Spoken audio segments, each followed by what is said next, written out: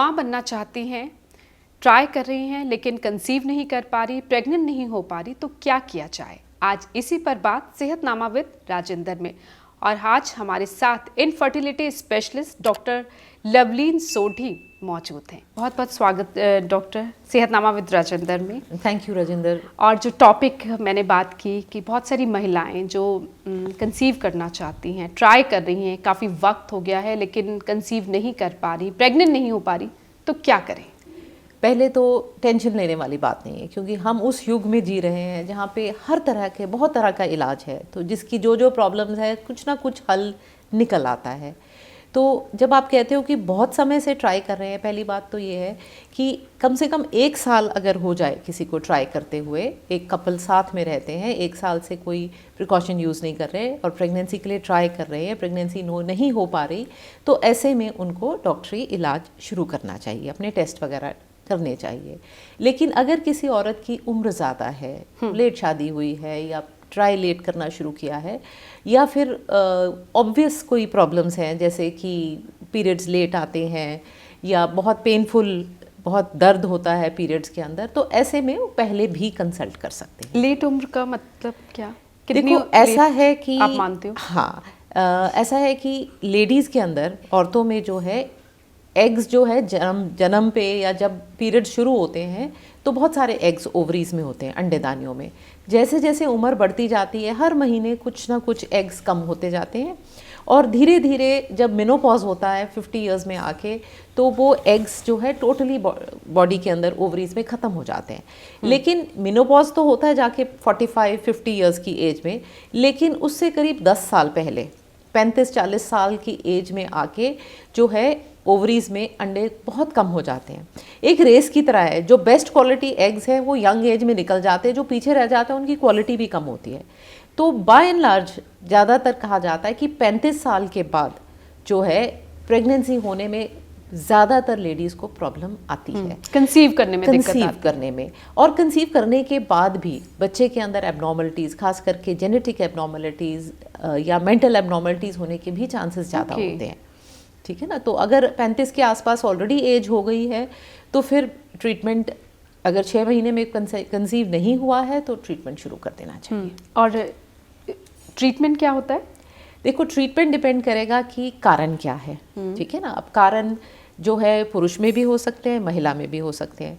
पुरुष में तो नॉर्मली, जैसे कि सब लोग बाय एंड लार्ज जानते ही हैं कि शुक्राणु जो है या अगर सही मात्रा में नहीं है, या उनमें एनर्जी नहीं है, या उनकी क्वालिटी कम है, एबनॉर्मल स्पर्म्स हैं, तो अक्सर इससे रिलेटेड प्रॉब्लम्स होती है। या कुछ पुरुष ऐसे भी होते हैं जिनके सीमेन में स्पर्म्स जो है शुक्राणु होते ही नहीं, कहीं उनके पैसेज में रुकावट होती है, या किसी कारण से बचपन में कोई इन्फेक्शन हो गया, कोई इंजरी हो गई, या कुछ ऐसी और प्रॉब्लम्स आई कि जिसके कारण शुक्राणु बनने शरीर में बंद हो गए। यानी हस्बैंड वाइफ दोनों को डॉक्टर के पास कंसल्ट के लिए जाना चाहिए और फिर डॉक्टर्स बताते हैं कि आगे टेस्ट क्या होंगे।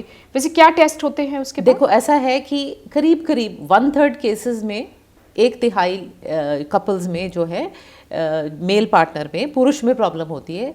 करीब करीब 50% में या आधे जो है कपल्स में फीमेल पार्टनर में या महिला में प्रॉब्लम होती है, और बाकियों में या दोनों में प्रॉब्लम होगी, या कई बार प्रॉब्लम आइडेंटिफाई ही नहीं होती। तो इसलिए टेस्ट हमेशा दोनों के लिए होने चाहिए, दोनों के ही होने चाहिए, दोनों को ही इलाज के लिए एक साथ आना चाहिए। ठीक है ना? तो अब पहले तो पुरुष का तो सिंपल सीमेन टेस्ट हो जाएगा। लेडी के अंदर फिर अब प्रॉब्लम यूट्रस में हो सकती है, बच्चेदानी में, अंडेदानी यानी कि ओवरीज में हो सकती है, ट्यूबों में ब्लॉकेज हो सकता है ना? तो इन सब चीज़ों की टेस्टिंग होगी।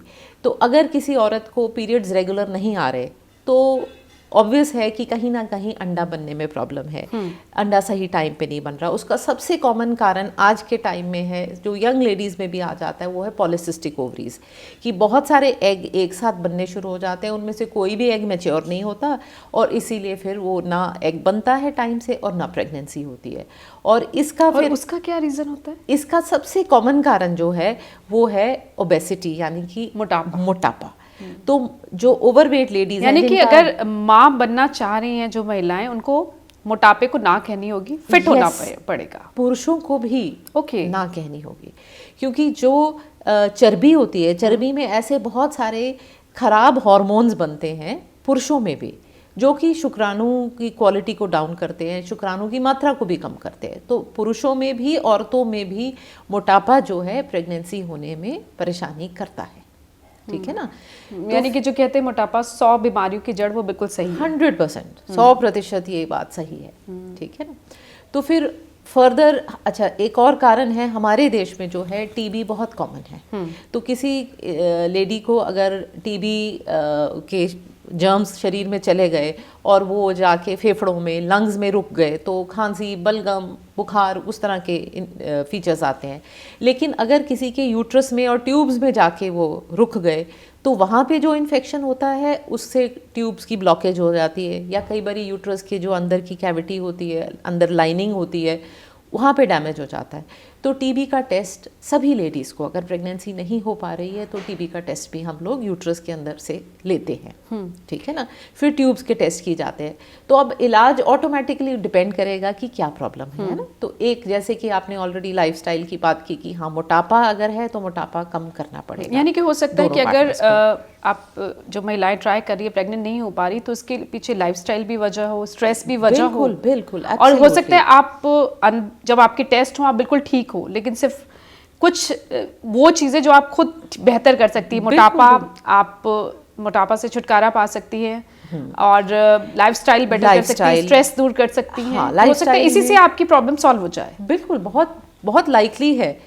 तो एक तो मोटापे की बात हुई, दूसरा हुआ जो शराब, स्मोकिंग, आजकल ड्रग्स कई तरह की, फिर सिडेंट्री लाइफस्टाइल, बैठे रहना, मोटापा नहीं भी है तो लेकिन पूरा टाइम बैठे रहना, एक्सरसाइज नहीं करना, उसका भी असर पड़ेगा। हाँ, तो जो ये एडिक्शंस हैं उनका पुरुषों में और महिलाओं में दोनों पे ही बहुत बुरा असर होता है प्रेगनेंसी कंसीव। तो ये सब तो छोड़ना ज़रूरी है।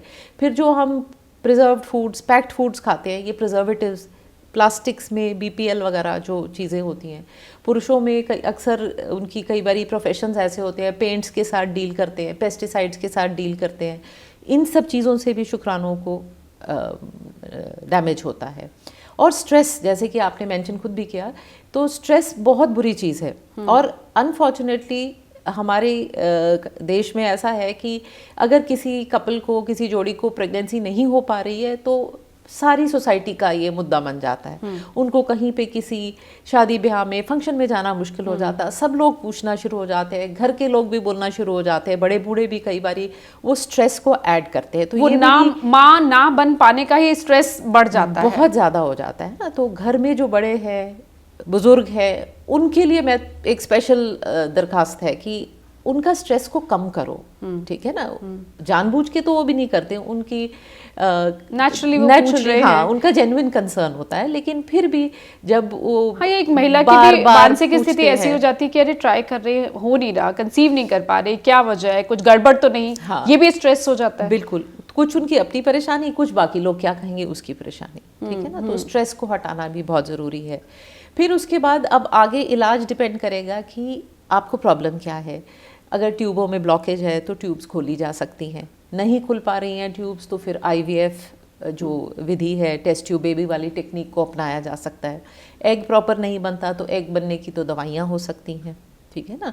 यूट्रस के अंदर अगर कोई रसौलियाँ है या अंदर लाइनिंग प्रॉपर नहीं बन पा रही है, उसके लिए इलाज होता है। ऐसे ही पुरुषों में हम पहले तो फिर वही लाइफस्टाइल की बात करते हैं, वो उससे नहीं हो तो कुछ एक दवाइयाँ होती हैं जिससे शुक्राणु की मात्रा बढ़ाई जा सकती है। और वो भी ना हो पाए तो फिर IUI जैसी विधियाँ, IVF जैसी। IUI में जो है, जब लेडी का एग तैयार हो जाता है तो सीमन लेके उसमें से स्पर्म्स वॉश करके हम डायरेक्टली यूट्रस में डाल देते हैं, तो प्रेगनेंसी होने के चांसेस बढ़ जाते हैं, ठीक है ना। और IVF की विधि हम आगे बात करेंगे कि टेस्ट ट्यूब बेबी में जो है, जो सारा प्रोसीजर प्रेगनेंसी कंसीव करने का वो शरीर के बाहर होता है, तो उससे प्रेगनेंसी होने के और चांसेस बढ़ जाते हैं। तो वो ट्रीटमेंट डिपेंड करता है कि प्रॉब्लम क्या है। क्या ऐसा भी कभी हुआ, क्योंकि आपके पास तो बहुत सारे पेशेंट्स आते हैं, कभी ऐसा हुआ कि सब कुछ परफेक्ट है, आपने टेस्ट किए और जो आप बता रही हैं सब कुछ ठीक निकला, लेकिन लाइफस्टाइल गड़बड़ था, मोटापा था, स्ट्रेस था, इस वजह से प्रेगनेंसी नहीं हो पा रही थी? बहुत सारे ऐसे केसेस होते हैं।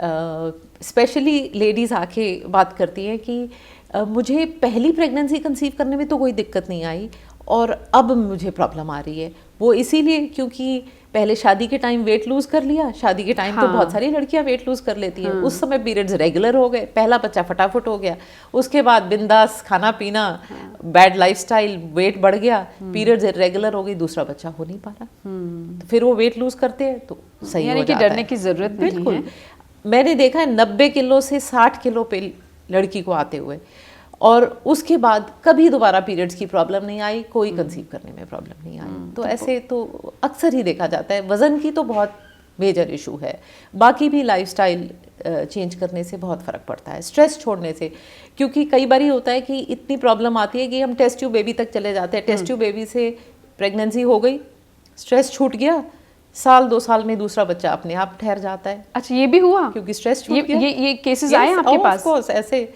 अक्सर हो जाता है। स्ट्रेस इतना हार्मफुल है? बिल्कुल, मुझे लगता है कि काफ़ी वैल्यूबल पॉइंट्स है वो हमने डिस्कस इसमें कर लिए। बहुत बहुत शुक्रिया doctor Lovleen for this information, because मुझे लगता है कि इतनी परेशानी है नहीं, इतनी दिक्कत होगी नहीं, क्योंकि हो सकता है या तो आपका वेट कंट्रोल नहीं होगा, या आपने स्ट्रेस लिया होगा, या कुछ और भी लाइफस्टाइल इशू हो सकते हैं जिसके कारण आप कंसीव नहीं कर पा रही। लेकिन उसके बाद भी अगर दिक्कत जाती है तो डॉक्टर के पास ज़रूर जाएं। शुक्रिया।